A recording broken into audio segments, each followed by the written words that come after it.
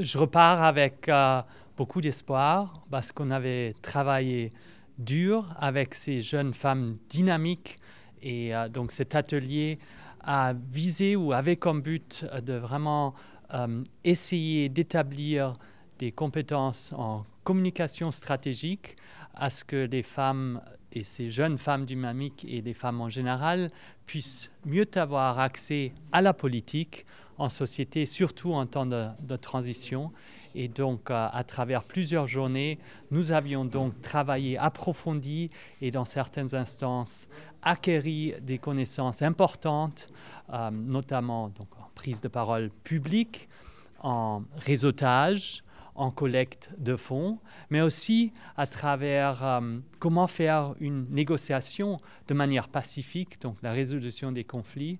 Et j'ai rencontré plus d'une centaine, presque 200 personnes dans cette courte visite. Et j'avais beaucoup d'échanges qui étaient importants en vue de voir quelle est la vision du pays à travers donc des professions différentes. Il y avait donc vous les journalistes, mais il y avait aussi des jeunes filles. Donc c'était à travers la vie associative. J'ai travaillé aussi avec des acteurs dans l'espace public et associatif qui s'occupent des questions non seulement climatiques, mais environnementale en gros. J'ai eu l'occasion de parler à des anciens, donc à des confrères et consoeurs qui font partie ou ont fait partie des programmes que l'ambassade des États-Unis offre à travers plusieurs opportunités. Et donc à travers toutes ces échanges, j'ai vraiment constaté que la Guinée déjà est jeune et que l'avenir de la Guinée devrait être dans cette jeunesse à travers non seulement là où le politique au sens large, mais aussi dans d'autres domaines socio-économiques. Et vu que mon but était le rôle de la femme et surtout l'accès en politique, j'étais ravi de voir que lorsque j'ai fait une visite sur place des associations et des partis politiques, que les femmes ont le vent en poupe. Il y a encore beaucoup de travail à faire, mais l'échange aujourd'hui avec vous m'a aussi rassuré que vous, en tant qu'homme, vous devrez prendre conscience du rôle de la femme entre vous et que la société puisse engendrer une transition pacifique et durable se fait à travers donc les piliers clés. Et si on a un gouvernement de transition en ce moment, ça ne veut pas dire que la presse n'a pas de rôle. Non, la presse a un rôle très important, très clé.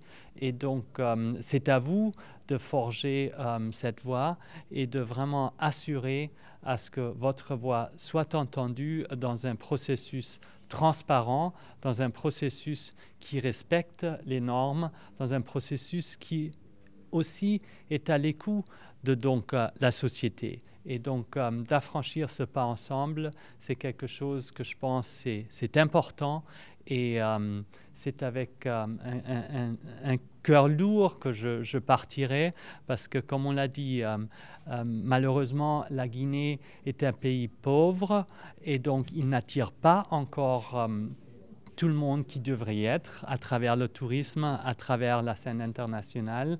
Mais une fois sur place, la Guinée a cet espoir et cette richesse de l'humanité, le peuple, les citoyens que vous constituez font que la Guinée retienne. Et donc c'est pour ça je vais tout faire à ce que je puisse revenir et entre-temps on va continuer notre collaboration à travers donc le monde virtuel parce que même si la pandémie nous a touchés tous et a eu un coup grave, elle a aussi renforcé les opportunités à travers donc Internet et c'est avec un très grand espoir que je continuerai ma conversation et mes échanges avec vous et avec tous ceux que je viens de rencontrer pendant mon court séjour. Merci beaucoup. Merci.